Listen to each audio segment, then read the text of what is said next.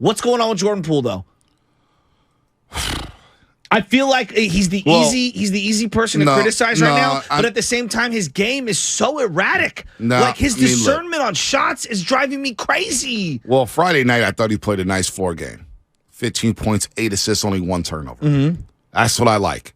1 turnover. Last night he got 4 turnovers. He was a little erratic. He sprained the ankle at one point. There was something going on with the calf. He's getting beat backdoor. He's 5 of 20. There's going to be nights like that for Jordan Poole. Bad shot selection. But I think what we tend to forget is he's in his 4th year in the league.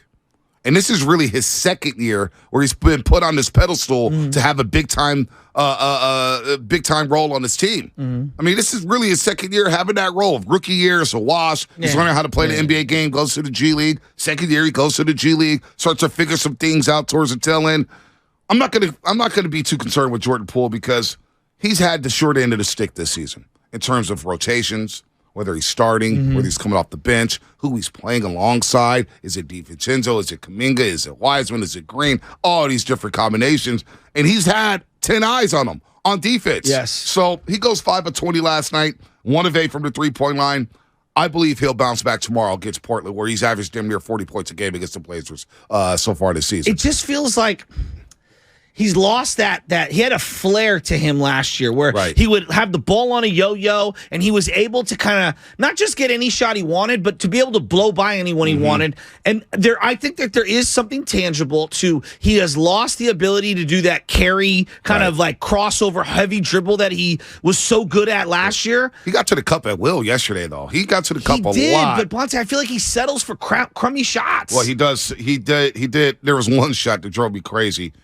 90-84, I believe. And he just comes in and chucks a 3 out of nowhere. I think it was an offensive rebound. He grabs it, just launches it. And it was just like, JP, be better. But again, it's his 4th year. He's learning. I will ride with JP. I'm not going to freak out about him right now. We need him to play better right now. In the absence of Steph, I'm not asking him to be Steph because right now Klay's giving you what Steph would normally give you offensively. I mean, he's giving you unbelievable efficiency. He's got to play better. But I just need Poole a little more consistent. And for me, it starts with shot selection. It's just very simple. He'll get better. I believe this day off, getting to play the Blazers, who play no defense. Damian Lillard, by the way, 71 points. Damn, he was on fire. But Jordan Poole's averaged 40 against them in 2 games this year.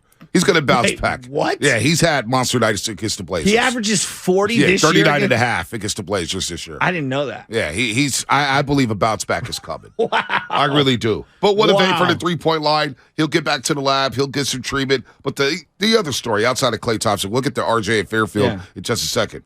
It's Kevon Looney.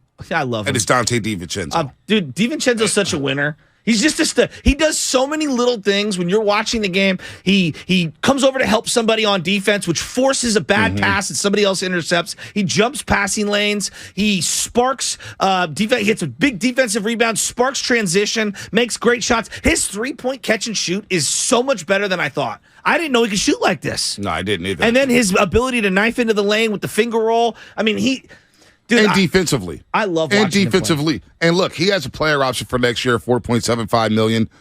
Yesterday's price is not today's price. He's going to get paid. But who do you feel more comfortable paying $10 million to? Him or Gary Payton Jr.?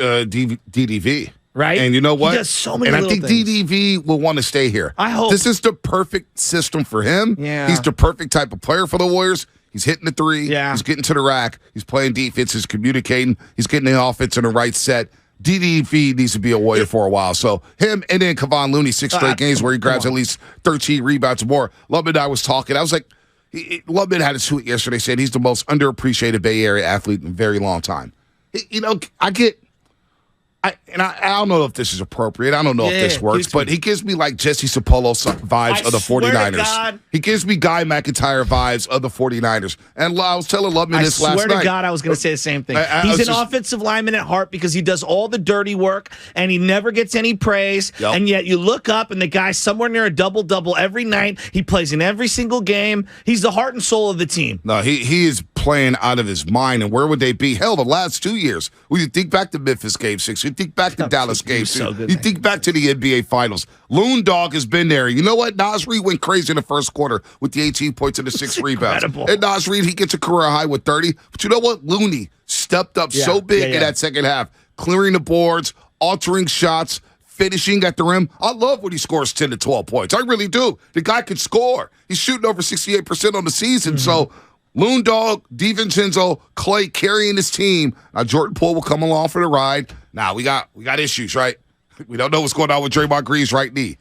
I have no idea when Stephen Curry's coming back. I have no idea when Andrew Wiggins will rejoin the team. I hope Andrew Wiggins is okay. I have no idea when GP2 is going to play. But you know what?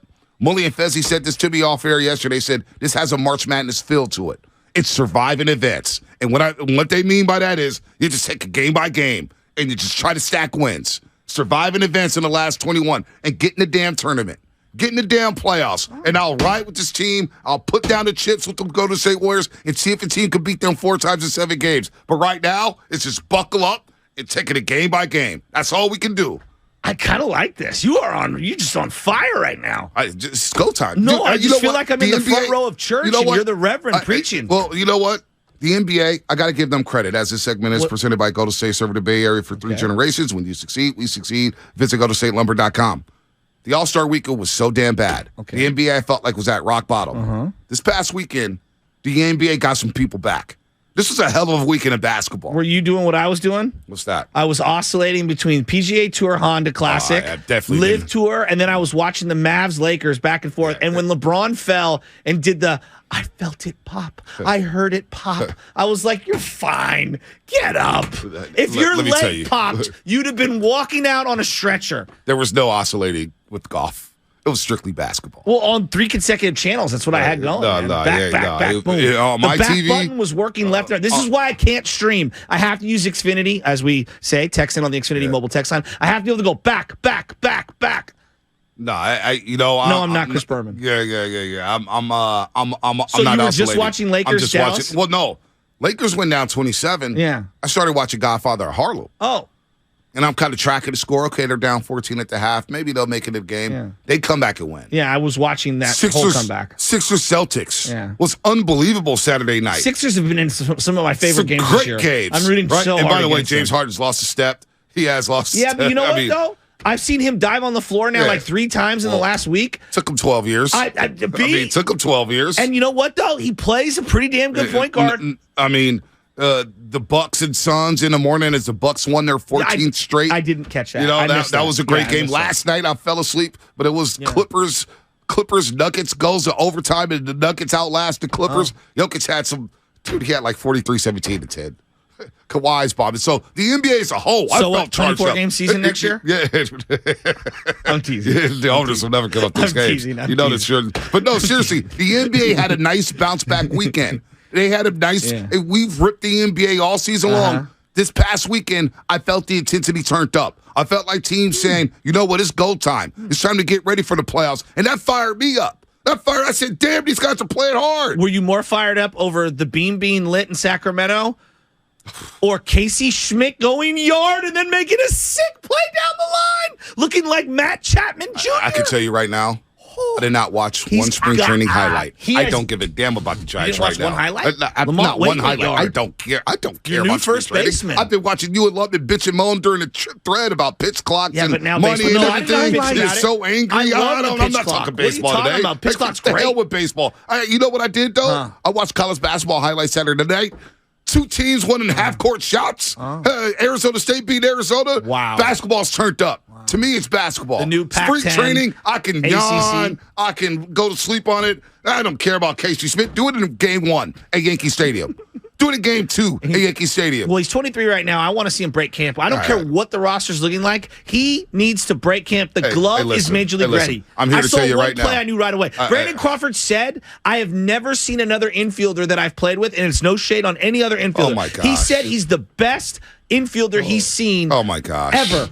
In a Giants uniform. Right. I'm here to tell you right now. Of the guys he's played with. I'm here to tell you right now. And that's Monday Longoria, morning. Panic. I'm here to tell you right now. All the roasters on the Xfinity mobile text line, on YouTube, on Twitch don't give a damn about what Brandon Crawford said about Casey Smith. They don't give a damn. I'm here to tell you right now, Casey Smith, best, okay, whatever. We'll see it once the regular season starts. But I tell you right, you didn't see the swing. No, I didn't watch the highlight of spring training. The play down the line. I don't watch spring training. He started a 5-4, whatever, 3 double play. You didn't see that?